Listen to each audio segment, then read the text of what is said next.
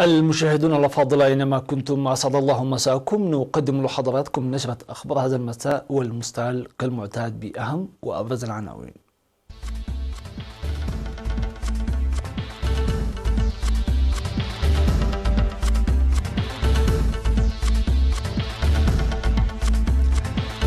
أكثر من 70 مليون نغفة لرعاية أسر الشهداء في الإقليم الأوسط.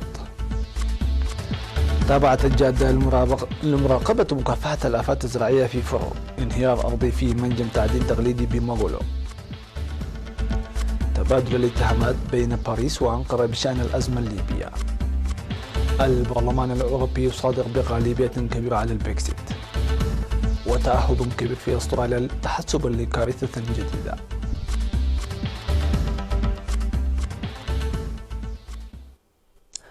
أهلا بكم من التفاصيل. ذكر فرع العمل والرعاية الاجتماعية في الاجتماع الذي عقده في 30 من يناير الجاري بالعاصمة أسمر عن دفع أكثر من 71 مليون نغفة لرعاية أسر الشهداء في عام 2019.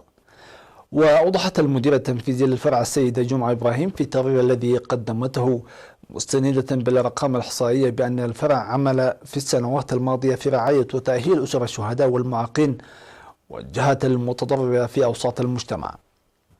وأشار التقرير إلى تأهيل 61 من رعاة اليتامى والأطفال المعاقين في مديريات قدايف بريخ سنبل براديزو سرجاقا قال نفحي وأبشاول وآخرية وربعة السمراء بالتجارة المسقرة والمواشي، حيث خصص لكل واحد منهم مبلغ قدره 10,000 نغفة.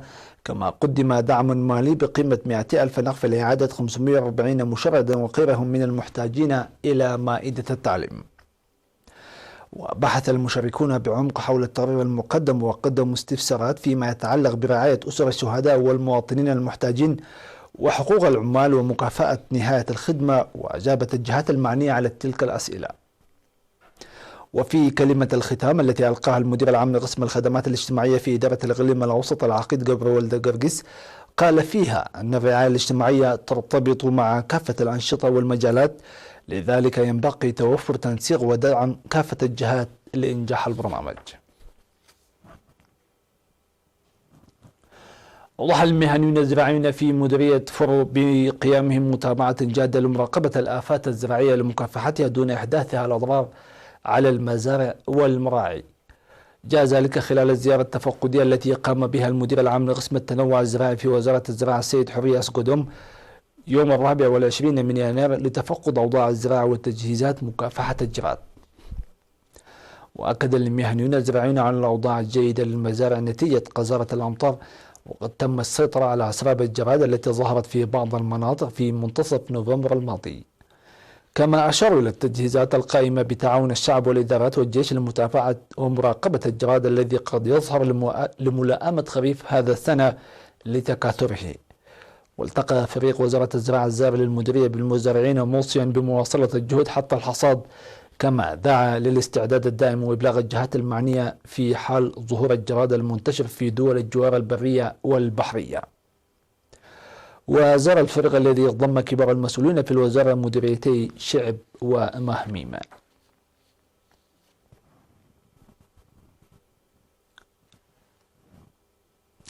تسبب انهيار أرضي في منجم ذهب تقليدي بمنطقة دقة بمديرية موغولو بإقليم القاشبركة في مساء 28 من يناير الحالي في خسارة بالغة على الأرواح. وأفاد مراسل وكالة الأنباء بأن الانهيار تسبب في مصرع 16 شخصا بينهم 3 من الإناث وفقدان 3 آخرين، بينما جرح 15 ونجي 7 من الأشخاص الذين كانوا في داخل المنجم في وقت حدوث الانهيار.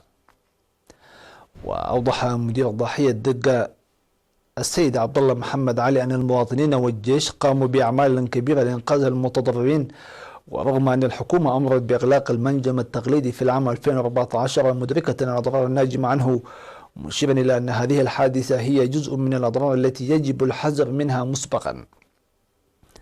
وقال المشاركون في عملية الإنقاذ أن تسيير أنشطة تعزز من وعي المواطنين يعد من الأعمال الرئيسية، داعين للجهات المعنية للقيام بحملات توعوية مكثفة.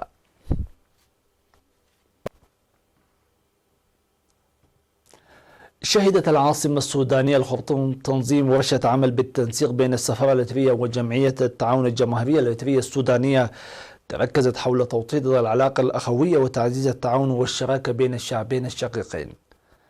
وقد شارك في الورشة المنعقدة تحت شعار تأمين دبلوماسية جماهيرية مؤثرة، شارك فيها عدد من المسؤولين والمثقفين والصحفيين السودانيين المهتمين، إضافة إلى أعضاء الجالية الإريترية في السودان. وألقى القائم بأعمال السفارة الإريترية في السودان السيد إبراهيم إدريس كلمة أوضح فيها سريان العمل مع التطورات الجديدة التي شهدها السودان لتنفيذ برامج الشراكة والتعاون بما يفيد البلدين، مشيرا إلى أهمية تنظيم الورشة نظرا لما تلعبه علاقات الشعوب إلى جانب البرامج التي تجريها الحكومتين.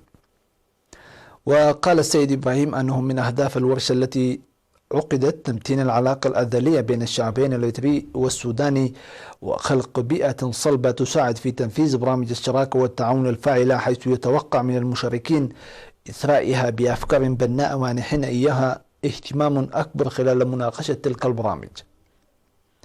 من جهتهما ذكر كل من الدكتور شفيع خضر والبروفيسور بخاري الجعلي أن العلاقة التاريخية الإريترية السودانية لها أساس متين وترابط قوي، مناشدا بتنظيم وتسيير أعمال مكثفة لتوطيدها أكثر، داعين لمواصلة تلك الأعمال البناءة.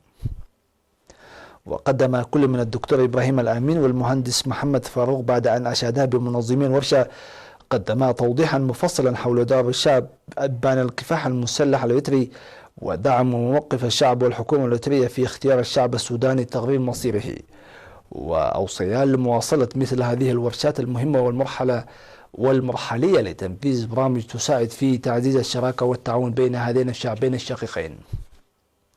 في غضون ذلك قدم الاتحاد الوطني للمرأة الإريترية فرع ألمانيا دعما ماليا لجمعية معاقي الحرب الوطنية التي بدأه منذ عام 2009، قدم 19,600 يورو من برامج ذكرى اليوم العالمي للمعاقين التي تصادف 3 من ديسمبر. كما عقد فرع المرأة ببريطانيا في 25 من يناير الحالي في مدينة برنغهام اجتماعه التقييم السنوي. وأوضح الفرع في الاجتماع بأنه أرسل أكثر من 34 ألف دولار أمريكي لمشروع بناء قاعة المرأة في ماندفرة، كما أنه لعب دورا كبيرا في إنجاح الأنشطة التي جرت لإنجاح المؤتمر الشبابي الأوروبي في لندن من الجانب الاقتصادي. كما أكد مشاركة مشرفة في ذكرى تأسيس الاتحاد الوطني للمرأة الإريترية التي استضافته مدينة بولونيا الإيطالية. وقدم مسؤول الشؤون الجماهيرية والأهلية في السفارة الإريترية في بريطانيا وشمال إيرلندا السيد تيدروس غويتوم توضيحا حول برامج عام 2020 والرسالة المرحلية. وفي الختام أكدت المشاركات جاهزيتهن للعب دور رائد في مرحلة السلام والتنمية التي ولجنا إليها، داعيات لمنح تعطير الشباب وتطور الجال الأولوية. أعلنت إدارة مديرية سنعفة عن مواصلة جهود حل مشكلة مياه الشرب الصالحة هذا العام. وأوضح المدير التنفيذي لإدارة مديرية سنعفة السيد هابتك كداني في الاجتماع الذي بحث برامج التنمية وسبل تنفيذها، أوضح القيام بحل جزئي حاليا في المدينة وصيانة خدمات المياه التي تعمل بالطاقة الشمسية والضغط اليدوي في القرى. وأشار إلى العمل الجاري لبناء جسور على الممر المائي الذي يشق مدينة سنعفة وصيانة الطرق الرابطة للقرى بمبادرات شعبية وتحقيق نتائج جيدة لأنشطة حماية التربة وحفظ المياه. من جانبه أوضح مدير مديرية سنعفة السيد إدريس علي الشكر المشاركة الشعبية لتنفيذ فاعل لبرامج التنمية، مؤكدا العمل بقوة هذا العام في مجال الزراعة وتربية الحيوانات. وذكر السيد إدريس علي الشكر منح الأولوية لتوسيع خدمات الكهرباء وصيانة مغابر الشهداء والسوق الماشية وإدخال أنابيب المياه. وطالب الاجتماع الإسراع لتوزيع قطع الأراضي السكنية وحل مشكلة مواصلات سنعفة سرحة وحل مشكلة مياه القرى.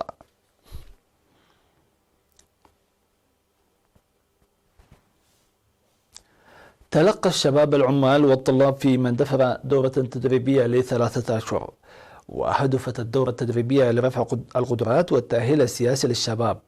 وأوضح حاكم الإقليم الجنوبي السيد هبتة فازيف في مراسم التخريج في 28 من يناير أن الدورات التدريبية المنظمة لرفع قدرات وكفاءة الشباب لها دور كبير للدفع بالعمل والمعنويات، داعيا المتدربين لتطوير قدراتهم باستمرار.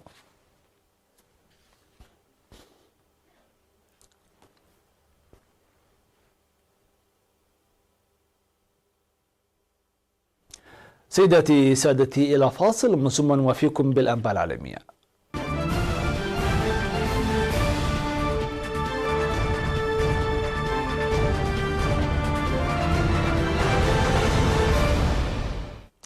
أهلا بكم من جديد.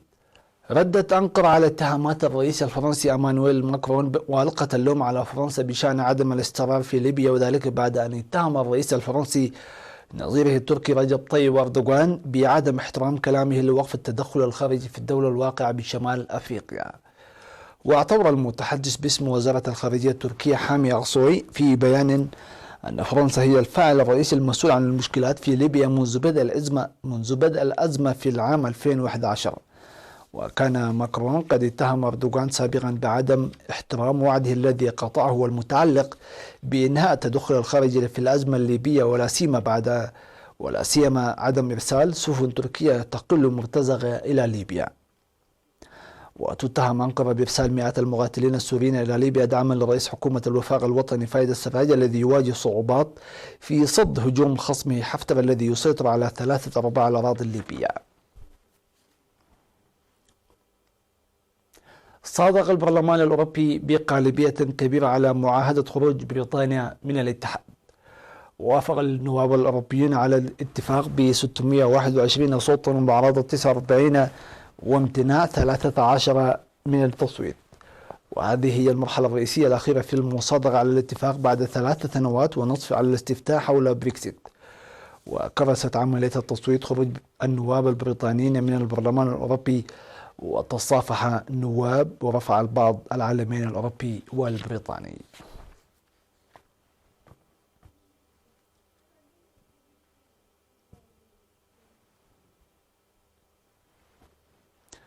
وأخيرا في هذه النشرة، تتأهب مناطق واسعة في جنوب شرق أستراليا لموجة حارة تستمر لمدة أيام وتنذر بتأجيج حرائق الغابات التي تستعر في المنطقة منذ شهور.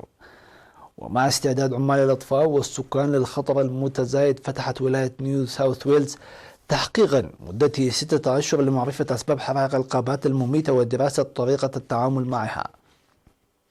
وعلى المستوى الوطني دمرت الحرائق أكثر من 112 ألف كيلومتر مربع من الأراضي، وتسببت في مقتل 33 شخصا على الأقل ونفوق حوالي مليار حيوان، ودمرت 2500 منزل. وصدرت تحذيرات من خطر الحرائق في العديد من مناطق ولاية جنوب أستراليا، حيث من المتوقع أن تتجاوز درجات الحرارة 40 درجة مئوية، وتصل سرعة الرياح إلى 35 كيلومتر في الساعة حسب ما نقلت وكالة رويترز للأنباء.